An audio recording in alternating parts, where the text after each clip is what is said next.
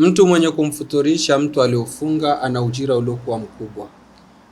Alisema Mtume Muhammad sallallahu alaihi wasallam, man fattara saima, atakayemfuturisha mtu ambaye aliofunga basi ana ujira sawa sawa na yule ambaye aliofunga. Maanake ni ujira uliokuwa mkubwa, na yule aliofunga kwake hapapunguki chochote. Haya ni mafunzo ya Mtume Muhammad sallallahu alaihi wasallam.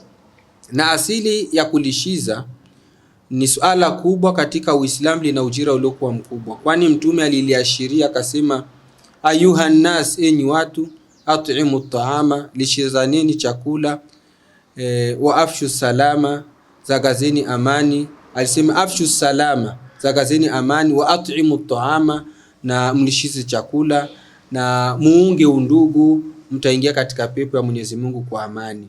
Kwa hiyo kulishiza ni jambo lililokuwa likubwa. Sawa huo umekipenda kile chakula au unakitoa kwa ajili ya Mwenyezi Mungu Subhanahu wa Ta'ala. Allah anasema, wa yut'imuna at'ama ala hubbihi miskinan wa yatiman wa asira. Watu wanalishiza chakula pamoja na kuwa wanampenda Mwenyezi Mungu, wanakipenda kile chakula, wanawapa maskini, wanawapa mayatima, wanawapa watumwa, wanawapa mateka, watu ambao wafukara. Hivyo ni jambo ambalo likubwa, lina ujira uliokuwa na ni ujira uliokuwa mkubwa, na hakuna mwenye kujua ujira huyo ni Allah Subhanahu wa Ta'ala. Kwa hiyo na wahimiza Waislamu wajitolee sana katika mwezi huu na kulishiza, watapata ujira uliokuwa mkubwa. Naam.